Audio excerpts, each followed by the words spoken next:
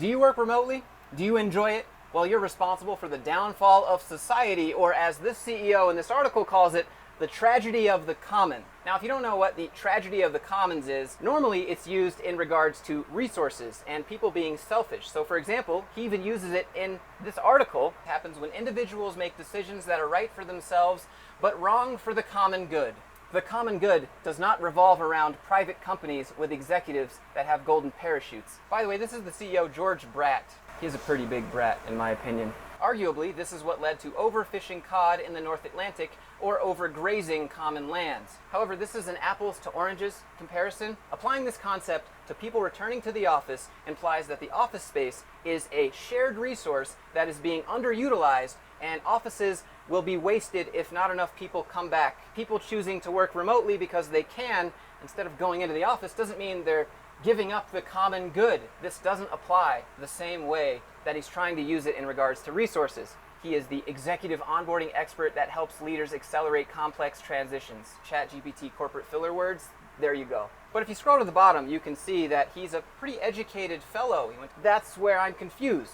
It seems like you're trying to push a narrative. People have personal lives and families and their own desires. Your work and your company is not the common good, despite what you think. Are you a public service? Probably a private company. Further down in this article, he says, culture is the only sustainable competitive advantage. I'll pause for a second, and I'll let the viewers decide that.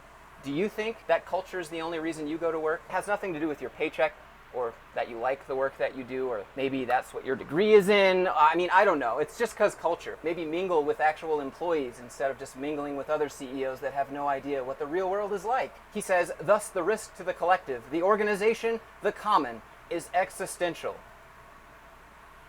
Yeah. And then if you scroll further down in the article, he talks about employee engagement, and that can get them back to the office. Gallup suggests 12 questions to get at employee engagement. Let's look at those in a virtual remote world. And so he answers them with really snarky, non-realistic answers. Let me show you what I mean. Number one, do I know what is expected of me at work? And then he responds and says, the answer is probably no if you never actually go to work. So first off, yes, I know what's expected of me because I can read and write and ask questions. Work is an activity. It's not a place. Being at work is like being at play, not like being at the playground. It's just conflating what we do with where we do it, and it creates this false picture of total disengagement for all of the remote workers. The second one says, do I have the materials and equipment I need to do my work right? Maybe, but not at work. And I think this is a typo. I think he means to type maybe, but not at home, because the rest of them, he just continues to dunk on people working at work. Do I have the opportunity to do what I do best every day? He says, no, because you're never actually at work. But also, when you're at home, you can use whatever you want to do your best work. You're not stuck with whatever they give you to do it. You don't have to use their germy chairs and keyboards and shared computer accessories.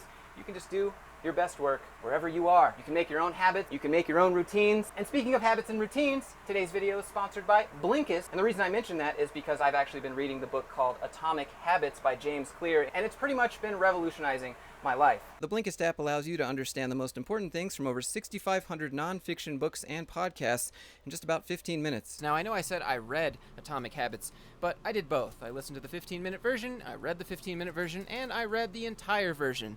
And that's why I like Blinkist, because they keep it entertaining. You know, books can get long, and you know how it goes. Can we speed this chapter up a bit? And I'd like to think of myself as the type of person who tries to keep improving. So that's what I like to listen to. And that's why I chose Atomic Habits by James Clear. Let me go ahead and give you some productivity tips about how you can keep working at home since your bosses think that you aren't. I'll start with the first one, my personal favorite. It's called habit stacking. Essentially, you just add your new habit with an old habit, something that you always do. And then before you know it, now you're doing both of them. So make sure they're good. And then my second favorite, which just plows through procrastination, which is what a lot of us struggle with, the 2-minute rule. If it takes less than 2 minutes, do it right now. And you'll be surprised at how much momentum you can create with that. So I just have to say thanks again to Blinkist for sponsoring today's video. And you can go listen to it yourself right now for free. In fact, you can get a 7-day trial and 25% off their annual discount if you use my link in the description. Seriously, go listen to Atomic Habits. You'll be more productive than you know what to do with. So now that we're all productive remote workers, let's jump back into this list. which says otherwise. Number 4, in the last 7 days have I received recognition or praise for doing good work? Far less likely if you're working remotely unless you have a particularly appreciative boss, flipping management's issues onto the employees. The fact that your boss doesn't notice you because you're remote, that sounds like management's fault. Does my supervisor or someone at work seem to care about me as a person? Seems unlikely if they only know you as a picture on a screen. Or have they played any video game before that's multiplayer online? Have they made any friends online ever in their entire life?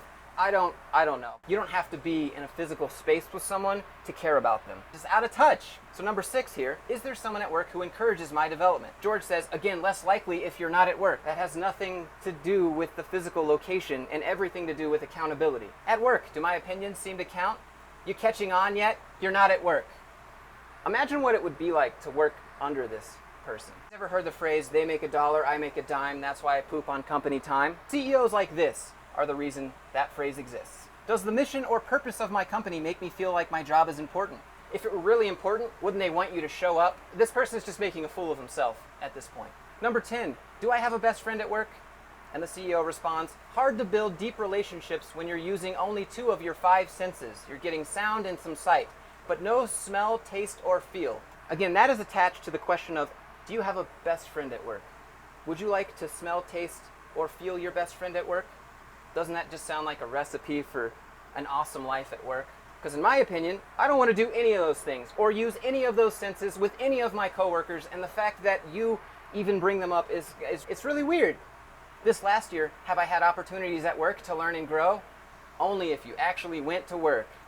If these are the places that you work at and you're working remotely and you're suffering from being ignored and not growing and being checked in on or whatever, then go to a different place, because there are places you can work remotely and check all these boxes and you don't have to taste your coworkers, okay? It's going to require disciplined, deliberate, intentional investment in individuals to benefit the collective. And by collective, do you mean the executives at the top or society as a whole? It's starting to sound like it's just whoever's at this executive table, not the common good of everyone. Nice try though, George. And then, a few days later, he wrote this article with another clickbait title. Forbes, I don't know why you keep giving this man access to your platform, but the literally hundreds of comments on my initial article on remote work and the tragedy of the commons were all blisteringly negative. Why is that? Is it because you said that people might want to smell and taste and feel their coworkers? I mean, it could be one of the things, or, maybe any number of those 12 answers that you gave might be why you got those negative comments, George. Maybe step outside of your bubble and see what actual life is like. Having said all that, if you enjoyed today's video, do me a favor, click that like button, click that subscribe button if you'd like to see me take on the corporate world some more. And if you have anything you'd like me to take a look at on the channel or roast, feel free to send me something. You can email me. I got Instagram, Discord, however you want to do it. Feel free to slide in the DMs. And lastly, I'd just like to say thanks again to Blinkist for sponsoring today's video. Seriously, listen to the Blink, go start building some habits, start being productive. It's changed my life. Go click the link, get 25% off your year plan and a 7-day free trial. So, what do you have to lose? Anyways, hope everyone's doing well, and I'll see you in the next one.